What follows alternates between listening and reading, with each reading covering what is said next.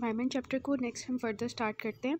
Biological hazards क्या होते हैं इसके। वाटर पोल्यूशन के सबसे पहले बायोलॉजिकल हैज़र्ड्स हैं, जिसमें क्या होंगे, बैक्टीरिया होंगे, वायरसेस होंगे, प्रोटोजोआ, इसमें साइक्लोप्स हो सकते हैं, और क्या हो सकता है, हेलमेंट्स हो सकते हैं लाइक राउंड वर्म्स हो गए, और लेप्टोस्पायरा हो सकते हैं।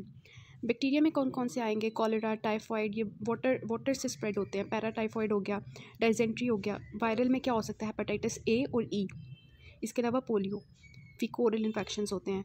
इसके अलावा प्रोटोजोअल, उसमें क्या होंगे, अमीबा होंगे, लाइक ये आपको नज़र आ रहा है अमीबा, आपने पढ़ा होगा कि वाटर कंटामिनेशन से होता है, जियार्डियासिस होता है।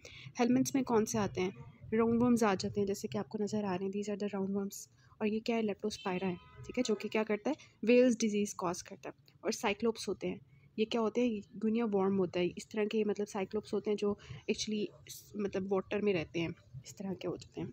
नेक्स्ट आते हैं बायोलॉजिकल हैज़र्ड्स के बाद जो बाकी वाटर पोल्यूशन के हैज़र्ड्स होते हैं। आपका यूक्यू भी है कि what are the hazards of the water pollution, specially the biological hazards पूछते हैं।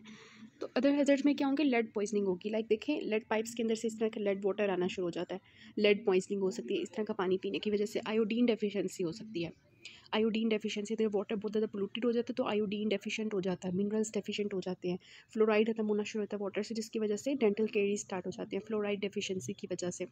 और क्या होता है, ये आपको नज़र आ रहा है हार्ड वाटर में क्या होता है, मिनरल्स ज़्यादा हो जाते हैं, नॉर्मल अमाउंट से ज़्यादा मिनरल्स हो जाए ना वाटर में, तो उसको हम कहते हैं कि ये हार्ड वाटर हो गया।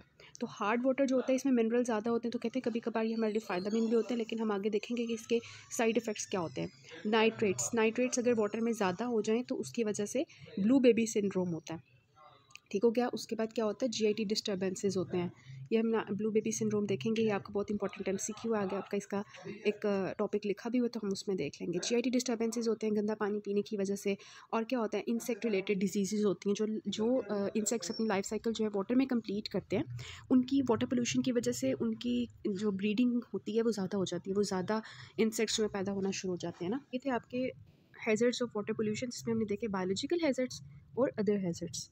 Next we have the what are the sources of lead pollution. Lead hazard जो है वो कहाँ से आता है ना, लेड के सोर्सेज क्या होते हैं, किस में ज़्यादा लेड बन जाता है, किस वाटर में। तो ऐसा वाटर जो पीटी वाटर होता है, ये पीटी क्या होता है, एक्चुअली ये डीकम्पोज मैटर होता है, organic matter, plants and animals का डीकम्पोज मैटर ना बाद में इस तरह का मैटर सब बन जाता है पीटी वाटर, इसे कहते हैं। अगर ये पीट जो है ये वाटर के अंदर ऐड हो जाए, आपने देखा होगा कोल फॉर्मेशन में एक पीट की स्टेज आती है जिसमें डीकम्पोज मैटर सारा होता है, और ultimately there is a formation of coals, ठीक है। तो ये पीट अगर वाटर के अंदर ऐड हो जाए तो उसको हम पीटी वाटर कहते हैं, उसके अंदर लेड पॉइजनिंग हो सकती है। इसके साथ सॉफ्ट वाटर मैंने आपको बताया, जो हार्ड वाटर होता है उसमें मिनरल कंटेंट ज़्यादा हो जाता है, सॉफ्ट वाटर में मिनरल कंटेंट कम होता है, जिसकी वजह से क्या होता है कि उसमें ऑक्सीजन ज़्यादा होती है as compare to hard water. तो ऑक्सीजन ज़्यादा होने की वजह से क्या होगा कि जो है उसमें ऑक्सीजन जो है उस ज़्यादा होगी ना, डिज़ोल्व ऑक्सीजन ज़्यादा होगी, तो लेड जो होगा ना उसको मिल जाएगा ऑक्सीजन के, मैं उसके साथ मिलूँ और ऑक्सीडाइज लेड बना दूँ, जिसकी वजह से फिर वो ज़्यादा डेंजरस फॉर्म उसकी क्रिएट हो जाती है, ठीक हो गया। उसके अलावा नाइट्रेट्स और नाइट्राइट्स होते हैं, ये मैंने आपको बताया कि ये एक्चुअली आपके ब्लू बेबी सिंड्रोम भी कर रहे होते हैं, और ये एक्चुअली आपके क्या करते हैं कि एक्सेस जो है वहाँ पे अगर हो जाए तो उसकी वजह से लेड हैज़र्ड क्रिएट हो जाता है। अच्छा, फिर क्या होता है कि जो नेचुरली डिस्टिल्ड वाटर होते हैं ना, जैसे स्नो एंड रेन है, ये नेचुरली डिस्टिल्ड वाटर है, इनमें क्या होता है कि इनमें भी लेड ज़्यादा डिपॉजिट होता है, और जो मडी रिवर वाटर्स होते हैं उनमें भी लेड की डिपोजिशन ज़्यादा होती है। तो ये सारे सोर्सेज ऑफ लेड है। इनका ये होता है कि इसको हमने कैसे प्रिवेंट करना होता है, तो उसकी प्रिवेंशन ये होती है कि लेड हैज़र्ड के लिए हम क्या यूज़ करें, हम सोडियम सिलिकेट का सोल्यूशन यूज़ करें, या हम फिल्ट्रेशन करें अपने सैंड या ग्रेनाइट वगैरह की, और फिर उसको यूटिलाइज़ करें उस वाटर को, ठीक हो गया। फिर आता है criteria for the quality of water, ये भी आपका यूक्यू है। इसमें सबसे पहले हम देखते हैं कि फ़िज़िकल क्वालिटीज़ ऑफ वाटर क्या होती हैं। टर्बिडिटी होती है कि देखिए जैसे जैसे वाटर का कलर एक किस्म का चेंज होता जाता है। टर्बिडिटी क्या होती है कि इसमें जो उसका एक लगता है इसके पेरेंट्स से कि कुछ है इसके अंदर ना, बिल्कुल बिल्कुल क्लियर वाटर नहीं होता, तो उसको हम टर्बिडिटी कहते हैं। कलर वाटर का हम देख के बता सकते हैं वाटर की फ़िज़िकल क्वालिटी क्या है। जैसे आपको ये कितने गंदे पानी नज़र आ रहे हैं, स्मेल हम नोट करेंगे कि वाटर की स्मेल तो नहीं आ रही आपको अंदर से, उसका टेस्ट करके देखेंगे तो फिज़िकल क्वालिटी चेक हो। इस तरह टेम्परेचर उसका जो है वो फीजिबल होना चाहिए पीने के लिए, और क्लियर वाटर होना चाहिए, क्लियरनेस प्रेजेंट होनी चाहिए। जैसे ये देखें कितना क्लियर वाटर है, तो these are the physical qualities of the good water, जिसको हमने चेक करना होता है। फिजिकल क्वालिटी को चेक करके हम बता सकते हैं कि वेदर के what is actually the quality of that water. Then आता है केमिकल क्वालिटीज़। केमिकल क्वालिटीज़ में सबसे पहले हम पीएच चेक करते हैं वाटर की, और जो रेंज होनी चाहिए ना वो 6.5 से लेके, ये आपका पीएच स्केल है तो 6.5 से लेके ना 8.5 यहाँ पे ये लाई करना चाहिए वाटर की पीएच, ठीक हो गया। उसके बाद जो क्लोराइड होना चाहिए वो 200 मिलीग्राम्स पर डेसीलीटर होना चाहिए। इसी के साथ हम हार्ड वाटर की कैपेसिटी देख लेते हैं, ये 300 मिलीग्राम्स पर डेसीलीटर होता है। तो क्लोराइड और हार्ड वाटर इनको एक साथ याद रख लें, क्लोराइड 200 और हार्ड वाटर जो है वो 300, ठीक हो गया। तो ये आपने याद रखनी है वैल्यूज़ फॉर द MCQs। इसके साथ साथ जो छोटी वैल्यू है सबसे, वो नाइट्राइट की है 3 मिलीग्राम्स पर डेसीलीटर, और सबसे छोटी वैल्यू इसके अलावा ये है, ये आपके क्या है, डिज़ोल्व्ड ऑक्सीजन होती है, ऑक्सीजन एब्जॉर्ब्ड। ऑक्सीजन एब्जॉर्ब जो होनी चाहिए वो वाटर की 37 डिग्री पे कितनी होनी चाहिए, 3 आवर्स में हम चेक करते हैं 1 मिलीग्राम्स पर डेसीलीटर, ठीक है, इससे ज़्यादा नहीं होनी चाहिए ऑक्सीजन एब्जॉर्ब्ड। उसके अलावा क्या है, नाइट्रेट्स का लेवल, नाइट्रेट्स का लेवल कितना है, 50 मिलीग्राम्स पर डेसीलीटर। नाइट्राइट्स का कितना है, नाइट्राइट्स का 3 है, ठीक है, और नाइट्रेट्स का कितना है, 50 है, ठीक हो गया। और जो अमोनिया इन वाटर होना चाहिए वो कितनी होनी चाहिए, इससे ज़्यादा रेंज नहीं होनी चाहिए, 0.2 मिलीग्राम्स पर डेसीलीटर। और जो अगर तो 1.5 से ज़्यादा हो जाती है इट मीन्स कि वो अच्छी नहीं है। और आर्सेनिक की जो अमाउंट होनी चाहिए वो भी आप लिख लें, MCQs में आई हुई है कि 0.01 मिलीग्राम से कम होनी चाहिए, सबसे कम आर्सेनिक की होनी चाहिए 0.01 मिलीग्राम्स पर डेसीलीटर, ठीक है। तो सबसे ज़्यादा किसकी है, हार्ड वाटर की, क्लोराइड उसके कम होता है। फिर 50 मिलीग्राम्स की देख लें नाइट्रेट्स की, ठीक है, उससे कम देख लें नाइट्राइट्स की 3, 1 देख लें आप डिजॉल्व्ड, वो जो एब्जॉर्ब्ड ऑक्सीजन है सॉरी, और इसके बाद अमोनिया की है 0.2, और सबसे कम किसकी, आर्सेनिक की, जो मैंने लास्ट में बताई 0.01। This is very important for MCQs। तो ये हो गई हमारी chemical qualities of the water. उसके बाद हम देखते हैं जो होते हैं माइक्रोबायोलॉजिकल एस्पेक्ट्स। अब आपको पता है कोका बैक्टीरिया होते हैं ऐसे ऐसे गोलू से होते हैं, फिर स्पाइरलम होते हैं, और बाकी हमारे होते हैं डिफरेंट शेप्स ऑफ बैक्टीरिया होते हैं ना, तो बेसिलस होते हैं। अब जो बेसिलस होते हैं ना उस पर टोटल कोलीफॉर्म्स होते हैं। टोटल कोलीफॉर्म्स के जो सारे रॉड शेप बैक्टीरिया के टोटल ग्रुप है उसको हम कहते हैं। उसमें से कुछ होते हैं जो हमारे फीकल मैटर में रहते हैं, उनको हम फीकल क्लोरोफॉर्म्स कहते हैं। सो उसमें से एक आता है ई कोलाई। तो अगर हम इसको देखें ना, ये आपका पूरा जो ये बना हुआ है, इसमें अगर आप देखें तो इसमें बाहर सबसे क्या है, टोटल कोलीफॉर्म्स हैं जो कि बेसिलाई हैं, रॉड शेप बैक्टीरिया, उनके अंदर फीकल कोलीफॉर्म्स हैं, और we are concern with the E coli and faecal coliforms actually. तो ये एक्चुअली आपके जो है बताते हैं कि वाटर के अंदर इनकी अमाउंट हम देखते हैं, कोलीफॉर्म्स की, ई कोलाई की, कोलीफॉर्म्स ग्रुप होते हैं।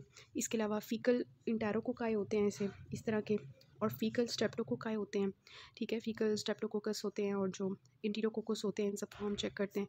कलिस्ट्रीडियम प्रोफंजिस को चेक करते हैं, दिस इज़ अ फीसिस, और इसमें हम चेक करते हैं एंटीरोकोकस को, स्ट्रेप्टोकोकस को, क्लस्ट्रीडियम प्रोफंजिस को, ठीक है, इकोलाई को, कॉलीफॉर्म को, ये आपको आने चाहिए।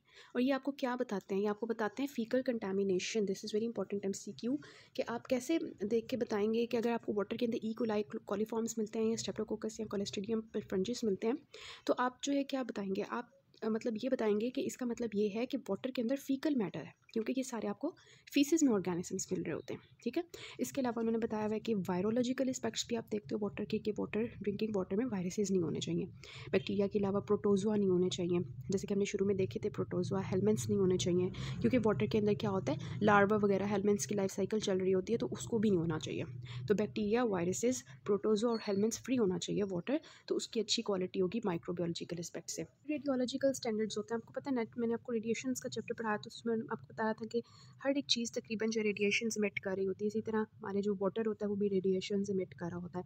अब वाटर की जो रेडिएशन होती है ना उसको भी हमें चेक करना होता है कि उसकी जो रेडिएशंस है वो नॉर्मल लिमिट में रिलीज़ होनी चाहिए, अगर उससे ज़्यादा होगी इट मीन्स वाटर कंटामिनेटेड है। तो इसमें जो अल्फ़ा रेडिएशंस निकलनी चाहिए, बैक्रेल वो यूनिट होता है कि कितने एटम्स डीकम्पोज हो रहे हैं। फॉर एग्जांपल ये पूरा एक मैटर है, उसमें से अल्फ़ा पार्टिकल्स निकल रहे हैं ना, तो उसको हम मेजर करते हैं बैक्रेल में।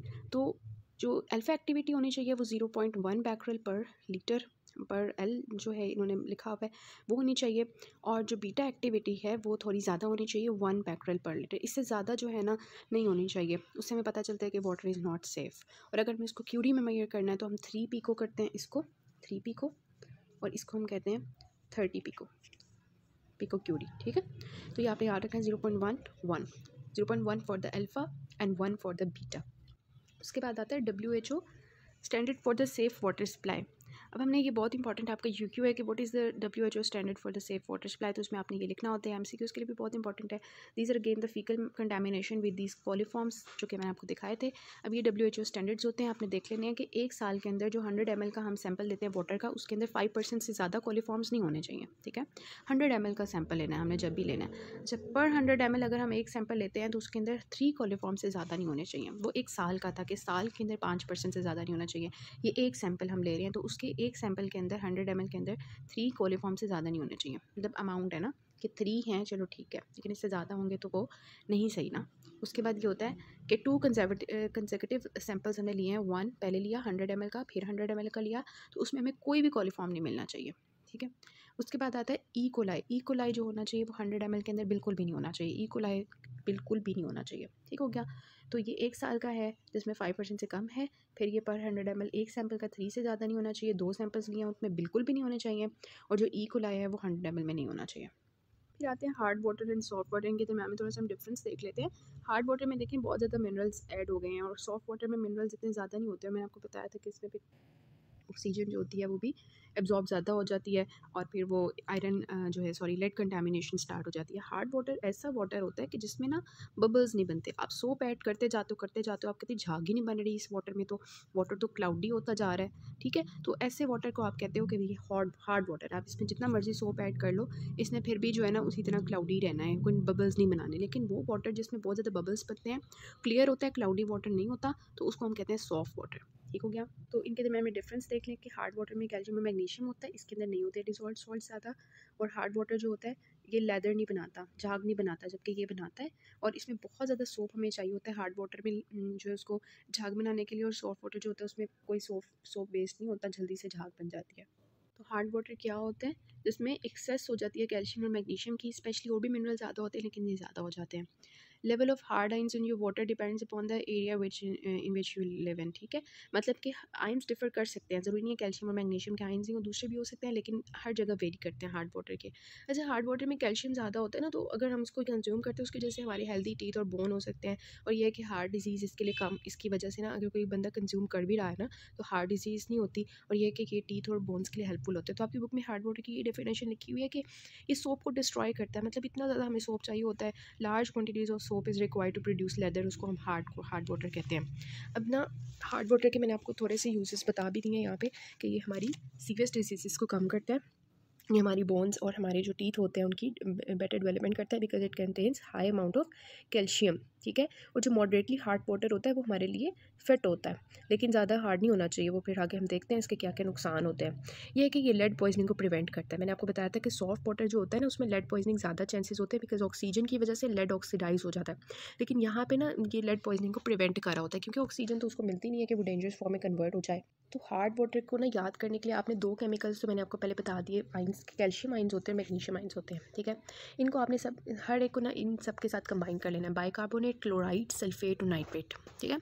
तो बाइकार्बोनेट जो है calcium bicarbonate, calcium chloride, calcium sulphate, calcium nitrate. इसी तरह magnesium bicarbonate, magnesium chloride, magnesium sulphate और मैग्नीशियम नाइट्रेट, ठीक है। इस तरह से आपने बना लेना, तो ये आपके सारे जो है ना सॉल्ट्स जो कॉजेज बनने हार्ड वाटर की बन जाएंगे, ठीक है। फिर आता है कि इसकी ना 2 टाइप्स होती हैं, हार्डनेस ऑफ वाटर की 2 टाइप्स होती हैं। एक टेम्परेरी हार्डनेस होती है, एक परमानेंट होती है।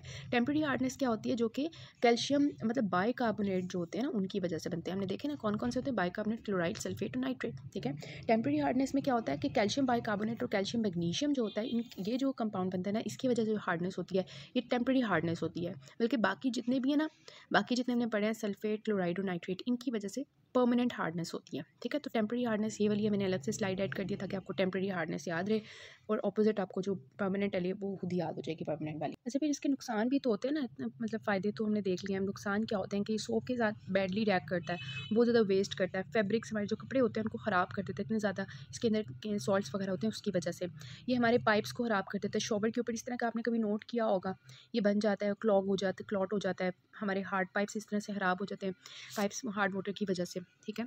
फिर क्या होता है, जो बॉयलर्स होते हैं जिसमें एक्चुअली वाटर डाला जाता है और स्टीम प्रोड्यूस की जाती है, इसके अंदर भी ये भी इनको भी डिस्ट्रॉय करता है। हार्ड वाटर अगर यूज़ करें तो इस तरह से डिस्ट्रॉय हो जाते हैं। हाँ, ये जो बॉयलर्स होते हैं कुकिंग के लिए, अगर हम हार्ड वाटर यूज़ करें, हमें पता भी ना हो ये हार्ड वाटर है, तो कुकिंग की जो क्वालिटी है फूड की वो ख़राब हो जाती है। डैंड्रफ कॉज करता है, ये हमारी स्किन को ड्राई करता है। हार्ड वाटर हमारी स्किन चेंजेस करता है, स्किन इस तरह की डिजीज़ वगैरह भी ये कर सकता है अगर हम इसको यूज़ करें फॉर टेकिंग बाथ। ठीक है, तो यही इसके जो हैं वो डिसएडवांटेजेस होते हैं कि सोप ज़्यादा कंज्यूम होता है, कुकिंग के लिए सही नहीं होता, पाइप्स हमारे ख़राब कर देता है, हमारे कपड़े ख़राब कर देता है। जीआईटी डिसऑर्डर्स मैंने आपको दिखाया था कि शुरू में वो वाटर कंटामिनेशन की वजह से भी होता है, हार्ड वाटर की वजह से भी जीआईटी डिसऑर्डर्स होते हैं, पेट ख़राब हो जाता है। ठीक है, फिर इसका जो टेबल बना हुआ है उसको आपने एमसीक्यूज़ के लिए देख लेना है, बिकॉज मैंने देखा था कि एमसीक्यू मॉडरेटली हार्ड वाटर का उन्होंने पूछा हुआ था कि उसमें कैल्शियम कार्बोनेट कितना होता है ना, तो इसको हम मिलीग्राम्स पर लीटर में जो है वो काउंट करते हैं। अच्छा, होता क्या है कि इसको आपने बहुत ईजी सा है कि सॉफ्ट वाटर होता है, हार्ड वाटर होता है, soft water, moderately hard water और वेरी हार्ड वाटर। ठीक है, तो इस तरह से आपने इसको देख लेना है। ठीक है, ऐसे करके soft water, moderately hard water में थोड़ी सी स्लाइड चेंज कर लेती हूँ, ये बाकी खुल गई है। ठीक है, कैल्शियम कार्बोनेट की अमाउंट ऐसे याद रखनी है कि 50, 150, 300 और 300 से ज़्यादा। ठीक है, तो एमसीक्यू आया हुआ है कि मॉडरेटली हार्ड वाटर में कितना होता है, तो 150 उसका आंसर था।